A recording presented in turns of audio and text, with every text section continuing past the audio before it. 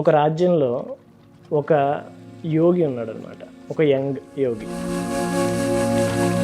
రాజా అసలు ఆ యోగి రాత్రి నిద్రపోడంట అంటాడు. ఇదంతా ఊరికినే చెప్తున్నారేమో, అసలు అలా నిద్రపోకుండా ఎలా ఉండగలదు అని చెప్పి రాజుకి ప్రశ్న వచ్చి ఇక గుర్రం తీసుకొని రాత్రి ముసుగేసుకొని బయలుదేరాడు. మీరు నేను అన్ని సౌకర్యాలు అనుభవిస్తున్నాం, సో ఇద్దరికి ఏముంది తేడా, ఇప్పుడు మన ఇద్దరిలో ఎవరు గొప్ప అని అడుగుతాడు అనమాట. హాయ్ దోస్తో, వెల్కమ్ టు సమయం తెలుగు. This is Murali. ఈ వారం మీకు ఒక మంచి ఇంట్రెస్టింగ్ స్టోరీ చెప్తా. ఎప్పుడు నార్మల్గా మనం జన్ స్టోరీస్ చెప్పుకుంటాం కదా, అయితే ఈసారి మన ఇండియాలో జరిగిన ఒక స్టోరీ ఇది. కొన్ని వేల ఏళ్ల క్రితం, అంటే రాజ్యాలు, రాజులు, చక్రవర్తులు ఇలా ఉన్నప్పుడు జరిగిన ఒక చిన్న ఇన్సిడెంట్ ఇది. ఒక రాజ్యంలో ఒక యోగి ఉన్నాడనమాట, ఒక యంగ్ యోగి. అయితే ఆ రాజ్యంలో ఒక చెట్టు కింద హాయిగా కూర్చొని వచ్చిపోయే వాళ్ళు ఏమన్నా అడిగితే వాళ్ళకి సమాధానం చెప్తూ ప్రశాంతంగా ఉంటూ ఉంటాడు అనమాట. అయితే ఫస్ట్ డే కొంతమంది వెళ్ళారు, తర్వాత వచ్చి కొంతమంది వెళ్ళారు, అలా అక్కడికి వెళ్ళే వాళ్ళ సంఖ్య రోజు పెరుగుతూ వచ్చిందనమాట. అయితే ఈ విషయం గురించి గూఢచారులు వీళ్ళు వాళ్ళు అలా రాజు వరకు వెళ్తుంది కదా, ఎప్పుడైనా ఒకటి రాజ్యంలో జరుగుతుంది అనేటప్పుడు అది రాజు వరకు వెళ్తుంది. అలా కొంతమంది వెళ్ళి రాజుకి ఏమని చెప్పారంటే, ఇలా మన రాజ్యంలో ఒక యోగి ఉన్నాడు, కొత్తగా వచ్చాడు, ఆయన ఎవరైనా ఒక చిన్న ప్రశ్న అడిగితే దానికి వెంటనే టక్కుని సమాధానం చెప్తున్నాడంట, ఇలా చేయి అలా చేయి అంటున్నాడంట, సో అవన్నీ జరుగుతున్నాయి అని చెప్పి అంటారనమాట. సో రాజుకి స్టార్టింగ్లో పెద్ద పట్టించుకోడు, కానీ రోజు రోజుకి కొద్దిగా ఈ జనం పెరుగుతున్నారని వాళ్ళ గురించి చెప్పే వాళ్ళు కూడా పెరుగుతున్నారు, అంటే తన గురించి చెప్పేవాళ్ళు. సో రాజుకి చిన్న క్యూరియాసిటీ స్టార్ట్ అవుతుంది అనమాట. అసలు ఎవరు మన రాజ్యంలోకి వచ్చి ఇలా కొద్దిగా అన్నీ బాగా చేస్తున్నారు ఏంటి ఎవరు అనుకుని కనుక్కోవడానికి ట్రై చేస్తాడు. అయితే ఒకరోజు వచ్చి ఒక వ్యక్తి చెప్తాడనమాట రాజుకి, రాజా అసలు ఆ యోగి రాత్రి నిద్రపోడంట అంటాడు. అంటే రాజుకి ఏంటి రాత్రి నిద్రపోడా, అసలు అది ఎలా సాధ్యం అవుతుంది అని చెప్పి ఒక చిన్న ఆలోచన వస్తుంది. వచ్చి ఏం చేస్తాడంటే, సరే అయితే వాళ్ళకి ఏం చెప్పడు, కానీ నైట్ ఏం చేస్తాడంటే, ఇదంతా ఊరికినే చెప్తున్నారేమో, అసలు అలా నిద్రపోకుండా ఎలా ఉండగలదు అని చెప్పి రాజుకి ప్రశ్న వచ్చి ఇక గుర్రం తీసుకొని రాత్రి ముసుగేసుకొని బయలుదేరుతాడు. దేనికి అంటే ఊరికినే చూడడానికి, అంటే నిద్రపోతాడా లేదా అని చూడడానికి వెళ్తాడు అనమాట. వెళ్తే ఒక చెట్టు కింద ఆ యోగి కూర్చొని ఉంటాడు. అయితే ఇలా చేయి పెట్టుకుని ప్రశాంతంగా వాలి ఉంటాడనమాట కింద. ఉంటే రాజు వెనకాల చెట్టు వెనకాల నుంచి ఇలా తొంగి చూస్తుంటాడు. చూస్తుంటే ఆ యోగి ఏం చేస్తాడంటే వెనక్కి కూడా తిరగకుండా కనిపిస్తున్నావు అంటాడు అనమాట. అంటే వెంటనే రాజు ఉలిక్కి పడతాడు. నేను వెనకాల ఉన్న వీడికి ఎలా కనిపించిందని చెప్పి, ఎందుకులే వచ్చిందని చెప్పి వెంటనే గుర్రం తీసుకొని వెళ్ళిపోతాడు. వెళ్ళిపోయిన తర్వాత రాజ్యానికి వెళ్ళి బాగా ఆలోచిస్తాడు అనమాట. అసలు నేను వెనకాల నుంచున్నాను, అసలు ఎలా కనిపించింది ఆయనకి అని చెప్పి. అయితే తర్వాత అనుకుంటాడు, ఓకే నేను గుర్రం మీద వెళ్ళాను కాబట్టి సౌండ్ వచ్చి ఉంటుంది, మేబీ గమనించి ఉంటాడు అది అని చెప్పి తర్వాత రోజు గుర్రం దూరంగా పెట్టేసి మళ్ళీ రాత్రి నెమ్మదిగా నడుచుకుంటూ మళ్ళీ సేమ్ ప్లేస్కి వెళ్తాడు. సేమ్ యోగి కూడా అలానే ఇలా చేయి పెట్టుకొని ఉంటాడు. ఉంటే మళ్ళీ ఇలా తొంగి చూస్తుంటాడు అనమాట. కనిపిస్తున్న ఈసారి కూడా చూశాను అంటాడు అనమాట. అనేటప్పటికి రాజుకి కొద్దిగా ఇంకా క్యూరియాసిటీ పెరుగుతుంది. వెంటనే ముందుకు వస్తాడు. వచ్చి అసలు ఎలా చెప్తున్నారు మీరు, అసలు నేను నడిచే శబ్దం కూడా రాకుండా చాలా సైలెంట్గా వచ్చాయి కదా ఇక్కడికి, అయినా నాకు ఒక డౌట్ ఉంది, దాన్ని తీర్చాలి మీరు అని అంటాడు అనమాట. అంటే అప్పుడు ఈయన అంటాడు, సరే అడుగు అంటాడు. అంటే ఇప్పుడు ఫర్ ఎగ్జాంపుల్ ఉదాహరణకి ఇక్కడికి ఒక రాజు వచ్చి మిమ్మల్ని రాజ్యానికి రండి అని చెప్పి ఆహ్వానిస్తే మీరు వెళ్తారా అని అడుగుతాడు అనమాట. దానికి యోగి చిన్న నవ్వి ఏమంటాడంటే, ఎందుకు అలా హైపోథెటికల్ క్వశ్చన్, ఇప్పుడు నిజంగా రాజు వచ్చి ఇక్కడికి అప్పుడు అడిగితే అప్పుడు చూద్దాం, ఇప్పుడు ఎందుకు, అది వచ్చినప్పుడు కదా అప్పుడు చూసుకుందాం అంటాడు అనమాట. అంటే ఓహో ఇదే సంగతి అని చెప్పి సరే అని చెప్పి వెళ్ళిపోతాడు రాజు. వెళ్ళిపోయి తర్వాత రోజు ఒక గుర్రం పైన కిరీటం అన్నీ పెట్టుకొని 4 భటులను తీసుకొని వస్తాడు మళ్ళీ ఇక్కడికి. నిన్న అన్నారు కదా రాజు వస్తే చూద్దామని, నేనే రాజుని ఈ రాజ్యానికి, నాతో పాటు మీరు రండి రాజ్యానికి, ఓ వారం రోజులు నా ఆతిథ్యాన్ని మీరు స్వీకరించండి అని చెప్పి అంటాడు అనమాట.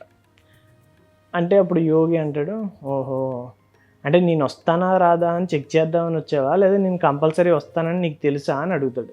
అంటే లేదు, రాజు పిలిస్తే ఎందుకు రారు ఎవరైనా సరే, కంపల్సరీ వస్తారని నేను ఆహ్వానిస్తున్నాను అంటాడు అనమాట. అవునా, మరి అంతా ఆహ్వానించేవాడివి, నీకు అంతలాగా నేను వస్తానని తెలుసుంటే మరి గుర్రం తీసుకురాకుండా వచ్చావే, ఒక గుర్రమే పట్టుకొచ్చావు, మరి నేను ఎలా వస్తాను అంటాడు అనమాట. అనేటప్పటికి రాజు సరే అయితే అని చెప్పి వెనకాలకి వెళ్ళి గుర్రాన్ని తీసుకురమ్మంటాడు. ఒక భటుడు వెళ్ళి గుర్రాన్ని పట్టుకుని వస్తాడు. వచ్చిన వెంటనే రాజు అంటాడు, ఇప్పుడు నేను రాజును కాబట్టి నాకు గుర్రపు స్వారీ అన్నీ వచ్చు, మరి మీరు యోగి కదా మీకు ఎలాగా అని అడుగుదామని నోట్లో మాట అలానే ఉంటుంది. ఈ లోపల యోగి వెంటనే గుర్రం ఎక్కుతాడు, స్వారీ చేసుకుంటూ వెళ్ళిపోతే రండి రండి ఇంకా అక్కడే ఉండిపోయారా రా అని పిలుస్తాడు. సో రాజు నిజానికి యోగిని తీసుకెళ్దామని వచ్చాడు, కానీ ఆ యోగి రాజుని తన రాజ్యానికి తనే తీసుకెళ్తున్నాడు అనమాట. ఆ సీన్ చూసి కొద్దిగా అందరూ ఆశ్చర్యపోతారు. మొత్తానికి రాజ్యానికి వెళ్తారు. వెళ్ళిన తర్వాత యోగికి ఆహ్వానిస్తాడు లోపలికి. వెళ్ళిన తర్వాత రాజు ఒక మాట అడుగుతాడు అనమాట. అంటే ఇప్పుడు రోజు అయితే మీరు ఆ చెట్టు కిందే అలా ఉంటున్నారు కదా, మరి ఇక్కడైతే అన్నీ హంసతూలిక తల్పాలు ఉంటాయి, ప్రతి గది ఒక విశాలంగా ఉంటుంది, అన్ని సౌకర్యాలు ఉంటాయి, మరి మీకు ఇక్కడ ఓకేనా, లేదంటే మీకోసం ఏమన్నా ఒక పర్ణశాల లాంటిది కట్టించనా అని అడుగుతాడు అనమాట. అడిగితే యోగి అంటాడు, అసలు ఎందుకు నీకు ఇన్ని డౌట్స్ ఉన్నాయి, అసలు నువ్వు రాజు ఎలా అయ్యావు నాకు అర్థం కావట్లేదు అంటాడు అనమాట.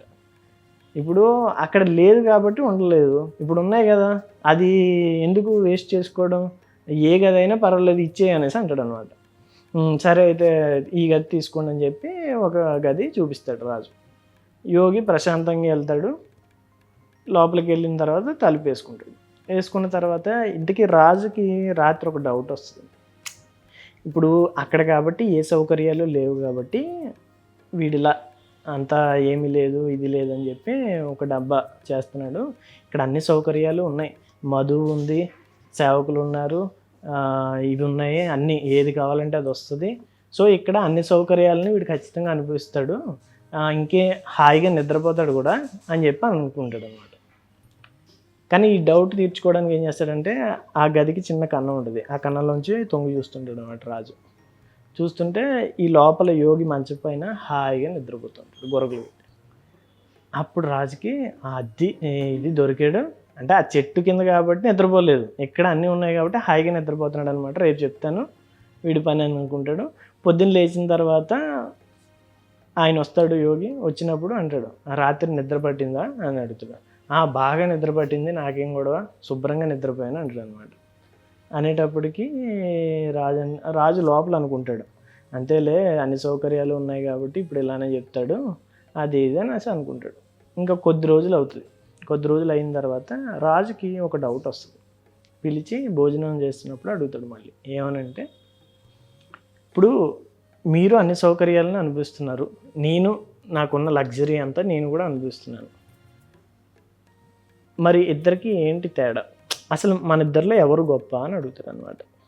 దానికి యోగి అంటాడు, ఎవరు గొప్ప అని ఎందుకు ఆలోచిస్తున్నావు, అసలు ఆ పోలిక ఎందుకు, ఎవరు అయితే వాళ్ళ దృష్టిలో వాళ్ళు గొప్పే కదా, ఎవరు గొప్ప వాళ్ళది, మన ఇద్దరిని ఎందుకు కంపేర్ చేయాలి అని అంటాడు అనమాట.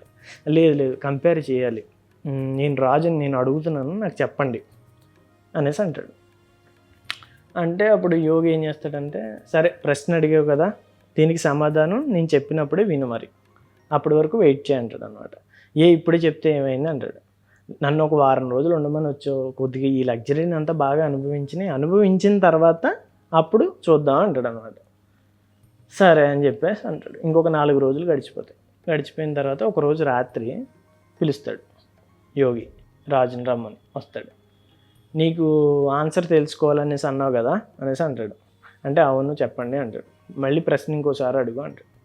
ఇలా నేను అన్ని సౌకర్యాలు అనుభవిస్తున్నాం, సో ఇద్దరికి ఏముంది తేడా, ఇప్పుడు మన ఇద్దరిలో ఎవరు గొప్ప అని అడుగుతాడు అనమాట. సో దానికి యోగి అంటాడు, ఇద్దరు అన్ని సౌకర్యాలు అనుభవిస్తున్నాను అన్నావు కాదు కదా, నువ్వేమో రాజాలా రెడీ అయ్యావు, నేను చూడు బికారీలా ఉన్నాను అంటాడు అనమాట. ఓహో ఇదేనా తేడా, అయితే ఉండండి అని చెప్పి రాజు వేసుకునే పట్టు వస్త్రాలు ఏం తెచ్చి ఇస్తాడు. టకటక యోగి వేసుకుంటాడు. వేసుకున్న తర్వాత ఇప్పుడు ఏ తేడా లేదు కదా, ఇప్పుడైనా చెప్పండి అంటాడు. ఎందుకు లేదు, అదిగో నేను ఎత్తిన కిరీటం ఉంది నా తలపైన లేదుగా అంటాడు. అంటే సరే అయితే కిరీటం నేనే ఇస్తున్నానని చెప్పి ఆ కిరీటం తీసి యోగి నెత్తి మీద పెడతాడు. పెడితే అప్పుడు యోగి ఒక మాట అంటాడు అనమాట. ఏమనంటే, రాజా ఒకసారి ఆలోచించు, ఇప్పుడు ఈ కిరీటం నా నెత్తిన నా తలపైన నువ్వే పెట్టావు, అంటే నాకు నువ్వు పట్టాభిషేకం చేసినట్టు అనమాట. ఇప్పుడు చూడు ఒకసారి ఇలా చప్పట్లు కొట్టి ఎవరక్కడ అని చెప్పి మిమ్మల్ని కూడా లోపల వేయచ్చు నేను అనేసి సరదాగా అంటాడు. లేదు లేదు, మీరు చాలా మంచి వాళ్ళని తెలిసే నేను ఇది చేశాను అనేసి రాజు అంటాడు. సరే అయితే ఇప్పుడు అన్నిటిలోనూ అందరూ సమానమని నువ్వు అంటావు కదా, అయితే ఒక పని చేయైతే అని చెప్పి వెంటనే కిందకి తీసుకెళ్ళి గుర్రం ఎక్కి ఫాస్ట్గా వెళ్ళిపోతుంటాడు అనమాట. ఎవరు, యోగి. ఆ వెనకాల రాజు ఫాలో అవుతూ ఉంటాడు. చాలా మైళ్ళు వెళ్తాడు యోగి. వెళ్ళిన తర్వాత రాజు వెనకాల నుంచి అరుస్తూ ఉంటాడు, బాబు ఆగవయ్య బాబు, ఎక్కడికి వెళ్ళిపోతున్నావు అసలు, అంత దూరం, ఆగు ఆగు అనేసి అంటాడు. అంటే యోగి మాత్రం రా, ఆన్సర్ కావాలన్నావు కదా, రా రా అని చెప్పి అంటాడు అనమాట. ఇంకొంత ప్రయాణం తర్వాత రాజు ఆగిపోతుంది. అంటే రాజు తన గుర్రాన్ని ఆపేసి ఇక ఆగిపో, ఇంకా అక్కడ ఒక్క ఇంచు కూడా దాటి వెళ్ళకో, ఆగిపో అంటాడు అనమాట. అంటే యోగి అది ఎందుకు రాజు ఆగిపోమన్నాడు అంటే, అది ఈ రాజ్యానికి అవతల రాజ్యానికి మధ్యలో ఉన్న ఒక సరిహద్దు అనమాట. ఈ సరిహద్దును దాటి, ఆ గీత దాటి యోగి అటువైపుకి వెళ్ళి గుర్రాన్ని ఇటు తిప్పి అక్కడ నుంచొని రా అని పిలుస్తాడు. దానికి రాజు లేదు లేదు నేను రాకూడదు అక్కడికి అంటాడు అనమాట. ఎందుకు రాకూడదు అంటాడు. అంటే లేదు, ఈ నా రాజ్యం సరిహద్దు ఇక్కడితో అయిపోయింది, ఇది అవతల రాజ్యం, అక్కడికి నేను వెళ్ళాలంటే ముందు మనం వాళ్ళకి ఒక వర్తమానం పంపించాలి, దానికి వాళ్ళు యాక్సెప్ట్ చేయాలి, రాచ మర్యాదలతో నన్ను వాళ్ళు వచ్చి తీసుకెళ్తారు, ఇలా ఎలా పడితే అలాగే నేను వెళ్ళకూడదు, వెళ్తే యుద్ధం అవుతుంది అని చెప్పేసి అంటాడు అనమాట. అడిగావు కదా నన్ను, మన ఇద్దరికి తేడా ఏంటి, ఎవరు పవర్ఫుల్ ఎవరు గొప్ప అని, నేనే గొప్ప అంటాడు అనమాట. అంటే ఎందుకు గొప్ప అని రాజు అడిగితే, నీకు సరిహద్దులు ఉన్నాయి రాజా, నాకు ఏ సరిహద్దు లేదు అంటాడు అనమాట. అంటే ఏంటంటే ఒక రాజు అయినా కూడా నువ్వు నీ సరిహద్దును దాటి పక్క రాజ్యంలోకి నువ్వు అడుగు కూడా పెట్టలేవు, కానీ నాకు ఏ రాజ్యము లేదు, ఏ సరిహద్దు లేదు, నేను ఎక్కడుంటే అదే నా ఊరు అనేసి అంటాడు అనమాట. అనేసి ఒక మాట చెప్తాడు, ఇకనైనా కంపారిజన్ అనేది మానేసి నువ్వు కొన్ని విషయాల్లో గొప్ప, నేను కొన్ని విషయాల్లో గొప్ప, కానీ ఎవరికి వాళ్ళు ఒక యూనిక్ అనమాట అనేసి చెప్తాడనమాట. అంటే ఎవరికి వారు ప్రత్యేకమే, కానీ మనం ఎప్పుడైతే ఆ కంపారిజన్ తీసుకొస్తామో అప్పుడు అసలు ఫ్రిక్షన్ స్టార్ట్ అవుతుంది, అంటే అసలు సమస్య స్టార్ట్ అవుతుంది. సో ఇకనైనా ఆ క్వశ్చన్ అనేది ఇంకెప్పుడు అనకు, ఎవరి దగ్గర కంపేర్ చేయకు అని చెప్పేసి సలహా ఇచ్చి, సరే మరి టాటా బాయ్ బాయ్, మనం మళ్ళీ ఎప్పుడైనా ఈ సరిహద్దు దాటి నీ రాజ్యంలోకి వచ్చినప్పుడు మళ్ళీ కలుద్దాం, అప్పటి వరకు సెలవు, బాయ్ బాయ్ అని చెప్పేసి వెళ్ళిపోతాడు అనమాట. ఆ గుర్రాన్ని అక్కడే వదిలేసి యోగి నడుచుకుంటూ వెళ్ళిపోతాడు. ఇక రాజు దాన్ని తలుచుకొని అప్పుడు రాజ్యానికి తిరిగి వచ్చిన తర్వాత అసలు విషయం చిన్నగా వెలుగుతుంది. ఏంటంటే ప్రతి ఒక్కరూ వాళ్ళ జీవితాల్లో వాళ్ళు చేసే పనుల్లోనూ గొప్పే, కానీ ఎప్పుడైతే మనం ఇంకొకరితో కంపేర్ చేసుకుంటామో అప్పుడు అసలు సమస్య మొదలవుతుంది అనేది రాజుకి అర్థమవుతుంది అనమాట. అంటే ఈ కథ నుంచి, ఈ స్టోరీ నుంచి నేను చెప్పాలనుకున్నది కూడా ఇదే, ఎప్పుడు ఎవరిని మనం జడ్జి చేయొద్దు, కంపేర్ చేయొద్దు, అలానే ఒక ఒపీనియన్ కూడా ఇవ్వకూడదు అనమాట. అంటే ఒపీనియన్ అనేది ఆ సంఘటన బట్టి ఉండాలి తప్ప ఆ వ్యక్తి పట్ల ఒపీనియన్, జడ్జిమెంట్, కంపారిజన్ అనేది ఎప్పుడైతే చేస్తామో అసలు విషయం అనేది మనకి వెనక్కి వెళ్ళిపోతుంది, వ్యక్తి ప్రధానం అవుతాడు అనమాట. సో ఈ స్టోరీ నుంచి నేను చెప్పాలనుకున్న విషయం ఇదే. మరో స్టోరీతో మళ్ళీ వచ్చే వారం కలుద్దాం. అప్పటి వరకు సెలవు. This is Murali signing off సమయం తెలుగు. బాయ్.